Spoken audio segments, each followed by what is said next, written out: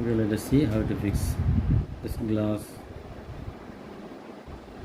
and the spectacle. See, this is the code. First, place the glass in the code.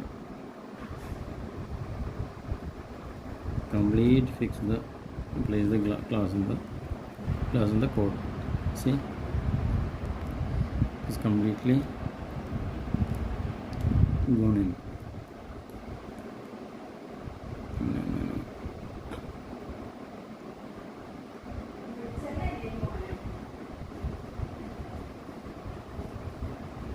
No. Okay, it is completely within the code. Then push this edge, this means initial edge, into the glass. Oh, it's fixed. See? Okay.